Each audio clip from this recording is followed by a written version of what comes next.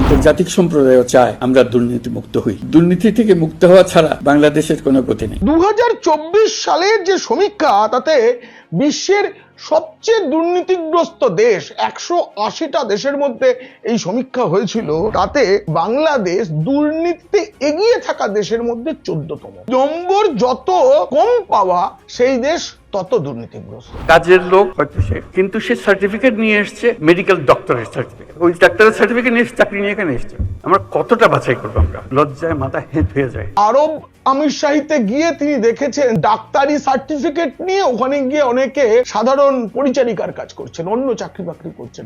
এবার ইউনূস, আপনাকে বলছি, আপনি শুনুন। এই বাংলায় এসে অনেক বাংলাদেশি দুষ্ট চক্রের সঙ্গে যোগাযোগ করে আধার কার্ড বানিয়ে নেয়, ব্যাংক অ্যাকাউন্ট খুলে নেয়, ভারত সরকারের সুযোগ সুবিধা গ্রহণ করে। একবার এক বাংলাদেশি অভিনেতা ফিরদৌস আহমেদ এই রাজ্যে এসে তৃণমূলের হয়ে নির্বাচনের প্রচার করেছেন। তিনি বাংলাদেশের নাগরিক আর ভারতের নির্বাচনে প্রচারে অংশ নিয়েছেন। শেষে ধরা পড়লে তাকে দেশে ফেরত পাঠানো হয়। এই নিয়ে গোটা ভিডিওটি দেখতে হলে নিচে ডেসক্রিপশনে থাকা লিংকে ক্লিক করুন। আর যদি ভালো লাগে তবে অবশ্যই সাবস্ক্রাইব করুন পিনাক কি বলছে।